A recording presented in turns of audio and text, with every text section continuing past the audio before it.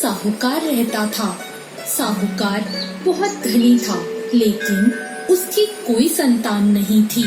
साहूकार अपने वंश को लेकर हमेशा चिंतित रहता था। साहूकार भगवान शिव को प्रसन्न करने के लिए सोमवार का व्रत रखता था और व्रत के दौरान भगवान शिव पार्वती की पूजा करता और शाम को शिवलिंग पर दीपक जलाता था। साहूकार की पूजा अर्चना को देखकर एक दिन माता पार्वती ने भगवान शिव से कहा, हे प्रभु, ये साहूकार आपका परम भक्त है। प्रति सोमवार को विधि विधान से आपकी पूजा करता है। मुझे लगता है कि आपको उसकी मनोकामना पूर्ण करनी चाहिए। शिवजी ने पार्वती जी की बात को सुनकर कहा, हे गौरी, ये संसार एक कर्म क्षेत्र है। जैसे एक किसान अपने खेत में बीज बोता है तो कुछ वक्त बाद उसे पेड़ मिलता है, उसी तरह इस संसार में आदमी जैसा कर्म करता है उसे उसका वैसा ही फल मिलता है। भगवान शिव बोले कि इसके कर्मों में संतान सुख नहीं है, लेकिन माता पार्वती ने भोले भंडारी से दोबारा आग्रह किया और कहा, हे नाथ, फिर भी आप इसकी मनोकामना पूर्ण कर दीजिए। यह आपका परम भक्त है। अगर आपने अपने भक्तों की इच्छा को पूर्ण नहीं किया तो वो आपकी पूजा आराधना क्यों करेंगे? माता पार्वती के इतना आग्रह करने पर भगवान शिव ने कहा, यह साहूकार बहुत धनवान है और इसके कोई पुत्र नहीं है, इसलिए ये सदैव चिंतित रहता है। लेकिन इसके भाग्य में संतान योग भी नहीं है। लेकिन तुम्हारे आग्रह करने पर मैं इसे पुत्र प्राप्ति का वरदान दे देता हूँ। लेकिन इसका जो पुत्र होगा वो केवल 12 सालों तक ही जीवित रहेगा।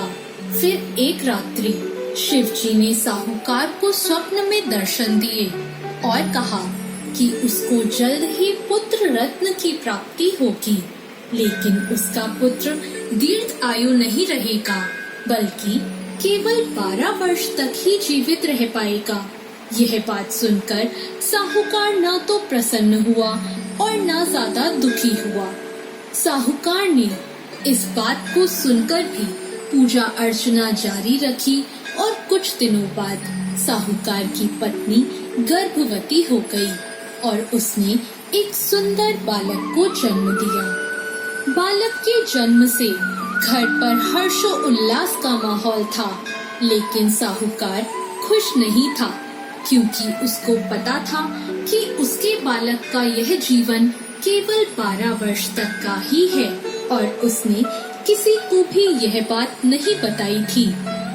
जब साहूकार का बालक 11 वर्ष का हुआ तो साहूकार की पत्नी ने कहा कि अब इसका विवाह कर देना चाहिए, लेकिन साहूकार ने मना कर दिया और उसे शिक्षा के लिए काशी भेज दिया।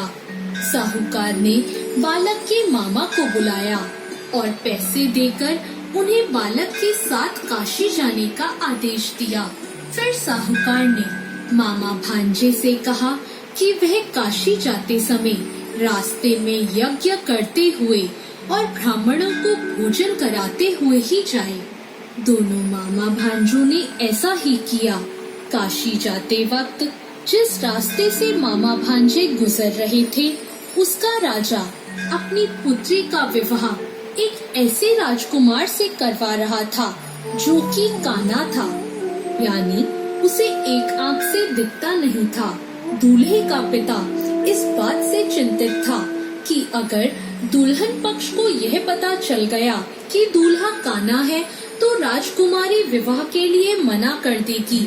इसलिए उसने जब साहूकार के पुत्र को देखा तो उसने सोचा कि मैं अपने बालक के स्थान पर तोरण के वक्त इस बालक को बिठा दूंगा और दुल्हन के पक्ष वालों को पता भी नहीं चलेगा। दूल्हे के पिता ने साहूकार के पुत्र को इस बात के लिए राजी किया।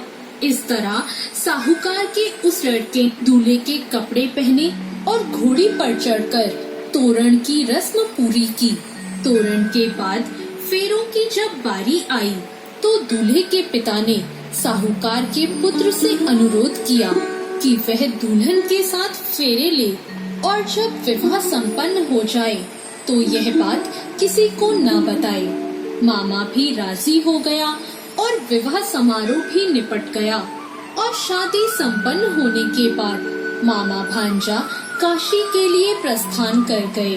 परंतु साहूकार के पुत्र ने दुल्हन के कपड़ों पर लिख दिया कि तुम्हारी शादी मुझसे हुई है, लेकिन जिसके साथ तुम जाओगी वह एक आंख वाला आदमी है और मैं काशी में शिक्षा ग्रहण करने जा रहा हूँ। जब राजकुमारी ने यह बात पढ़ी तो उसने राजकुमार के साथ जाने से इनकार कर दिया और अपने पिता से कहा, यह मेरा पति नहीं है। मेरा पति शिक्षा ग्रहण इनकार कर दिया और अपने पिता से कहा, यह मेरा पति नहीं है। मेरा पति शिक्षा ग्रहण करने काशी गया है।